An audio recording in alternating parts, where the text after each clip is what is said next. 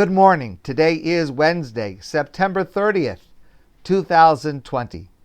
So we have some changes in the rules as we approach Sukkos with not a lot of warning. And I want to share briefly a little bit of Sukkah information. And then I have some other things to share with you again very briefly. So first of all, whatever you are planning, if you do have a sukkah, it makes sense to try to make a sukkah with more ventilation, as much ventilation as possible. Again, I want to make it very clear. I'm only talking about following all of the guidelines. I'm not talking about avoiding or looking for a loophole or a leniency. I'm talking about following the guidelines all completely to the detail, being stringent about it. But within that, you may want to increase ventilation in your sukkah. Here's the good news. The good news is it's quite easy to do. Here's the less good news. It's a little bit complicated for me to explain it to you. But here's the next good news. I would be happy to help you. So if you're putting up a sukkah and you would like recommendations on how to be able to increase the ventilation in your sukkah, call me. You'll send me some photos. We'll talk about it. I'll come over. I would be happy to show you how to be able to increase ventilation in your sukkah. There are lots of halakhically acceptable ways to do it. Again, not as a way of getting around or a loophole against the restrictions and guidelines. Within the restrictions and guidelines, I can help you do that. Number two, if you have not built a sukkah before, this is the year to do it.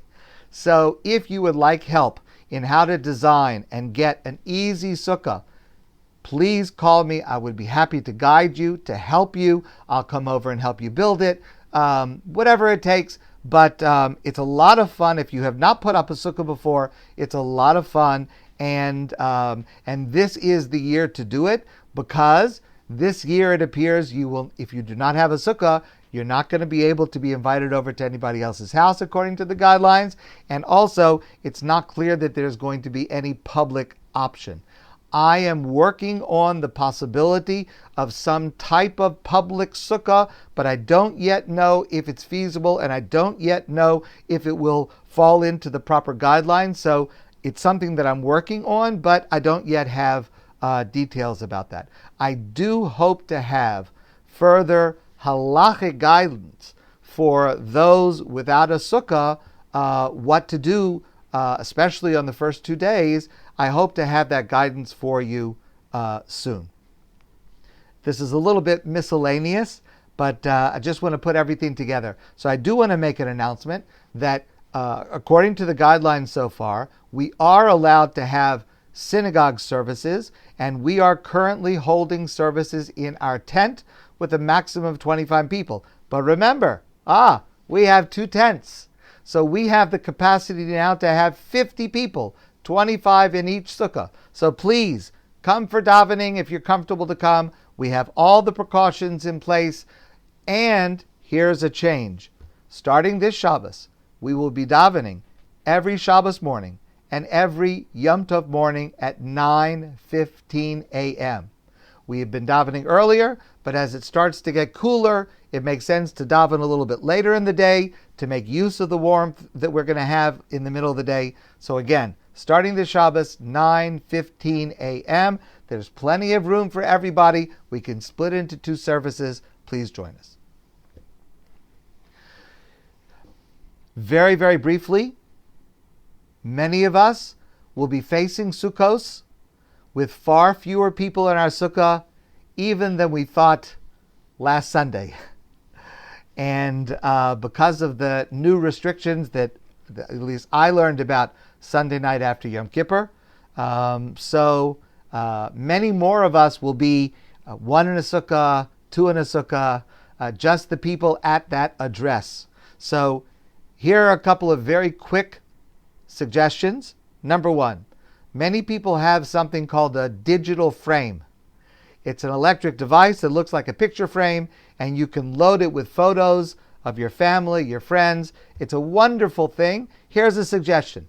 load it up with photos of your family from all over the world, all over the country, or all over the city that you're not able to see on Sukkos, and have it running on a loop, and you'll be able to, even if you're sitting by yourself in a sukkah or at the dining room table, you can be able to see your family members and remember your memories, and it might be a very nice thing to do. Another idea, it takes a little bit of coordination.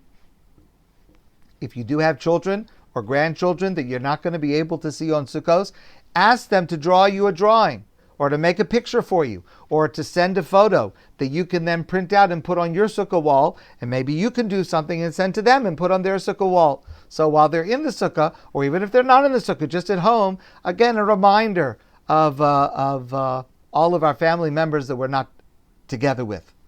Lastly, the next idea I want to mention is, and I'm planning this as well, set up a family Zoom an hour before Sukkot on Friday afternoon. So again, wherever you are, could be different parts of the country. Some of us will have to do it earlier in the day if we have kids in Israel. So whatever time it's going to be, set up a family Zoom, let everybody see each other's sukkahs, let everybody say hello to each other, and be able to get together before Yom Tov starts. Lastly, I will be sending out an email hopefully later today. As we go into this new period, if there is anything that you need that I can provide, first of all, any kind of resource that would be helpful to you, please let me know and I will provide it. Or if there is any assistance that you need, or you know of someone who needs to go get some groceries, to go pick up something from the pharmacy, any kind of need that there is, we have the volunteers ready to go on those errands, to make those calls, to do all that. We are ready. Please, if you or anyone you know needs anything, please call me directly, email me directly. We would be honored to take care of it. The last thing I'm going to say about this is, as I mentioned before, the topic of my Thursday night class is planned to be how to have safely a full sukkah on Sukkos. This last Thursday night, I talked about what to do all day Yom Kippur, and I will say this to you. I don't always follow my own advice, but this time I followed a little bit of my advice, and I found some of the things that I said actually made some sense, and it was very helpful to me, and made it very meaningful to me. And I hope that I will be able to share some insights on Thursday night, 7 p.m. Remember, we moved back this October 1st, Thursday night, 7 p.m., not 8, but 7 p.m. Suggestions and ways to understand the essence of Sukkos that will make Sukkos in our Sukkah very, very much more enjoyable, or even if we're not in a Sukkah, also very much more meaningful and enjoyable. Okay. There's a little bit of a miscellaneous category now, but somehow, right after Yom Kippur, 2 stories came to me. Miscellaneous, different subjects, but they both happen to be about World War II. And they're both incredible stories. And I want to share them with you. Roddy Edmonds was a U.S. Army Master Sergeant from Tennessee. I don't know if he was from Memphis, Tennessee, but he's from Tennessee. I'll have to look that up. He fought in World War II. In the Battle of the Bulge, 1944, Roddy and 1,000 of his men were captured by the Nazis, and they were sent to a Stalag POW camp. When they arrived, the camp commander, a Nazi, ordered Roddy, who was the officer in charge, he ordered him to separate out the Jewish soldiers. Now, by 1944, Roddy understood that separating out the Jewish soldiers would mean that they would be killed immediately. The others were POWs, prisoners of war, subject to the Geneva Convention, subject to certain level of treatment. I mean, what can you expect from Nazis to begin with? But it was a different level of treatment. But he knew what would happen to the Jews. Rodney told his men, 1,000 men, he said, "Men, we're not going to obey this order." And then he turned around to the commander, to the Nazi commander, and he said, "Commander, we are 1,000 soldiers. We are all Jewish." Now the Nazi was furious because he knew that they were not all Jewish. So he took out his pistol, he held it to Roddy's forehead, and he said, "You tell me the names of the Jews or I shoot." And Roddy said to him, "We are all Jews. And if you want to kill any Jew, you'll have to kill all 1,000 of us. And if you kill 1,000 of us, you will be a war criminal and you will face the death penalty for your war crimes." The Nazi commander backed down. And the 200 soldiers, American soldiers who were Jewish, their lives were saved. Their lives were saved by this master sergeant with a gun pointed at his forehead from a man who certainly would not hesitate to use it to say, "We are all Jews." Now here's the amazing thing. Roddy never told anyone about this. His family never knew this story. No publicity about this. In 1985, Roddy Edmonds died. His children, when they went through his possessions, found a diary that he had kept from his years in the war, and the diary consisted mostly of the names and ID numbers of the soldiers that he served with. The children, Roddy's children, started searching for those names.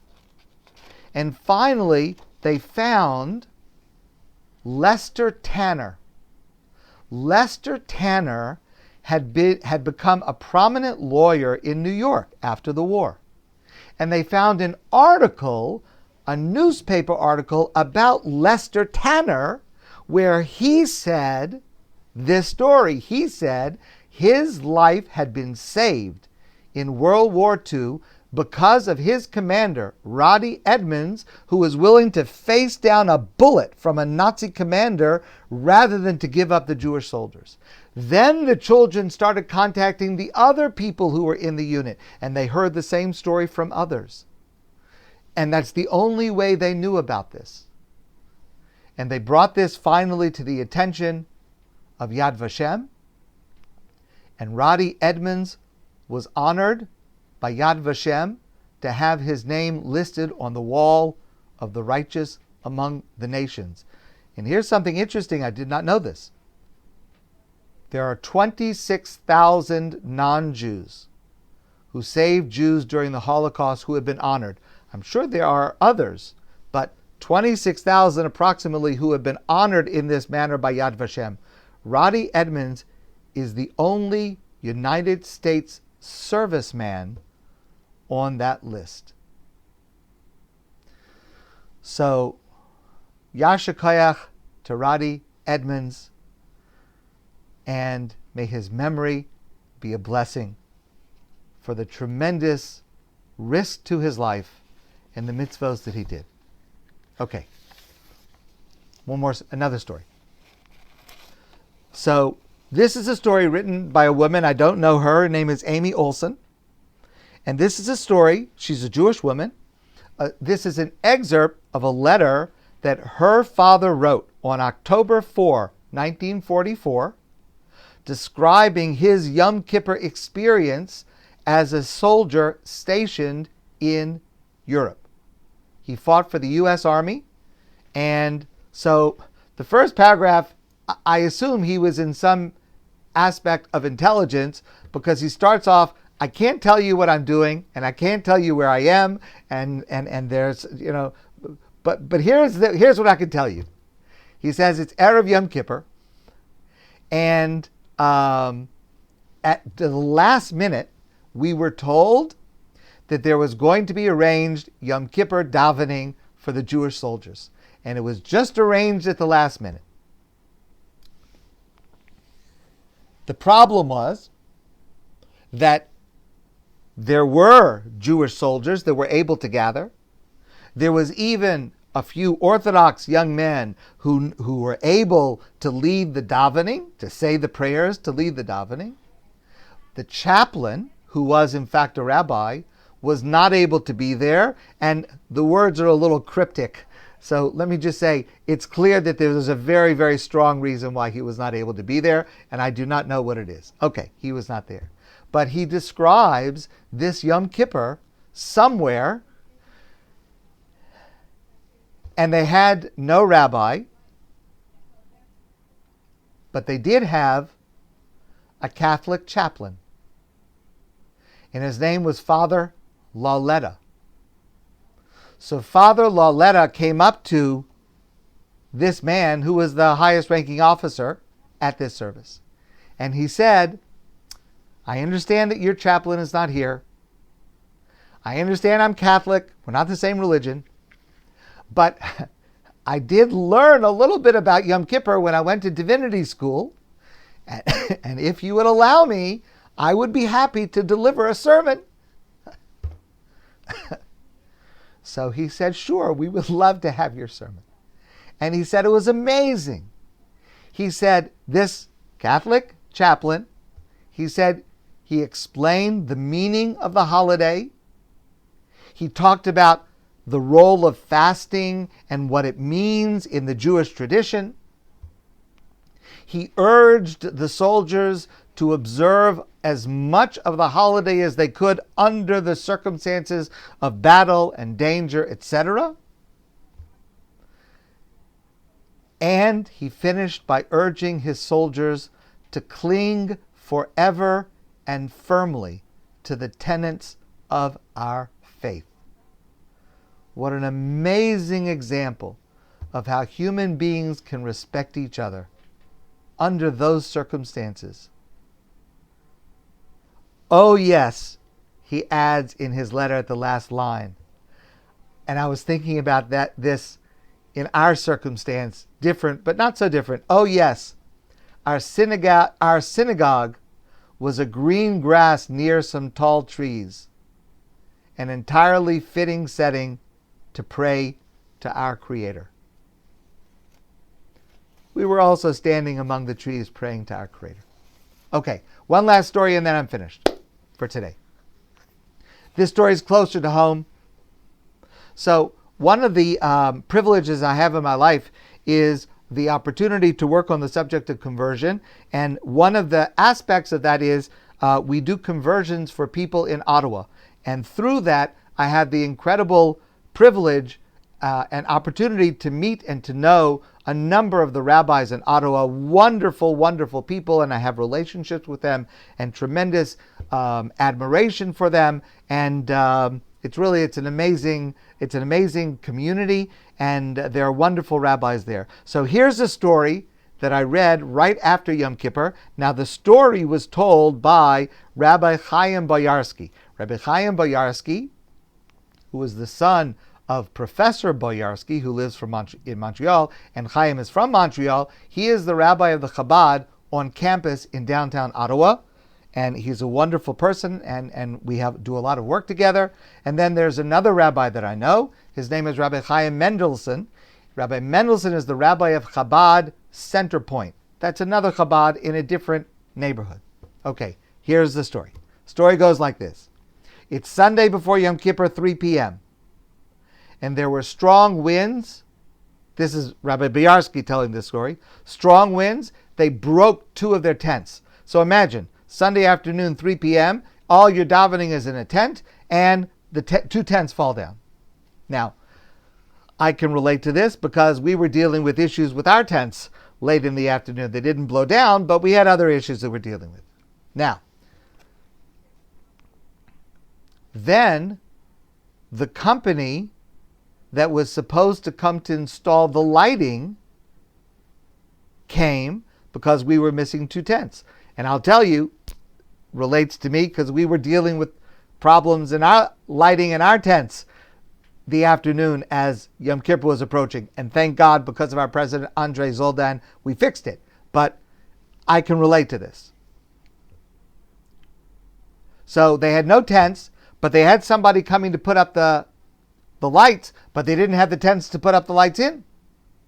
So Rabbi Biarsky called all the handy men he knew, but no one wanted to come on such short notice. They had to come right away, and it was a Sunday. He couldn't get anyone to come, and they were predicting rain. It's not like you could just say, "Forget about the tent. We'll just daven outside." You wouldn't be able to daven.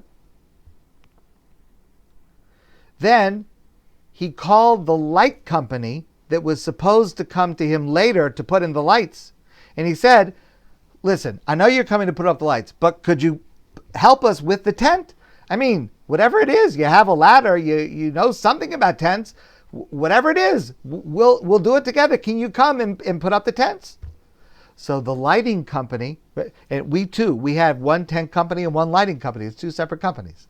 So the lighting company said, "Sorry, we cannot come to help you with your tent because we are right now putting up the lighting in Chabad Center Point, Rabbi Mendelssohn's Sukka. And if we don't get that work done, he will have no lights." Now let's just understand this. To have a tent with no lights for Kol Nidre and Ne'ilah means most people do not know the prayers by heart. That means, I don't know what kind of a davening you can have, but it certainly is a big, big problem not to have any light in the sukkah. So the lighting company says, "Listen, we'd love to help you out, Rabbi Biarsky, but we have to put up the lights for Rabbi Mendelssohn. And we don't think we're even going to finish the lights with Rabbi Mendelssohn until the holiday is about to start, much less come over to you and to help you with your sukkah and to put up your lights. There's no way to do it." Rabbi Mendelssohn, the Chabad of Center Point rabbi, heard about this. He called the lighting company and he said to them, "Before you come to put up lights in my sukkah, you go to Biarsky's sukkah and help him put it up. It's more important that everybody should have," I'm sorry, I keep using the word sukkah. I'm not talking about sukkah, I'm talking about tent. A tent for Yom Kippur. It's more important that everybody should have a tent even if I don't have lights. Can you imagine that? A rabbi of a place that's full would say, "I'm willing to give up. There's no lights. No one's going to be able to pray. So you can come into the tent, but you're not going to be able to pray if there's no lights." And a rabbi is willing to give that up so that somebody else should have a tent, even though they themselves also will not have a light. What an amazing act of kindness and compassion and selflessness. Now it happens that I know both of these two men, and I'm not surprised by either of them. That's exactly what I would expect them to do because they are both men of sterling character. But it is a story that shows you how in the most challenging of times we rise to the occasion and we become the best versions of ourselves. I wish that for you, I wish that for me, and I wish you a good day. Have a wonderful day. I look forward to seeing all of you soon in person.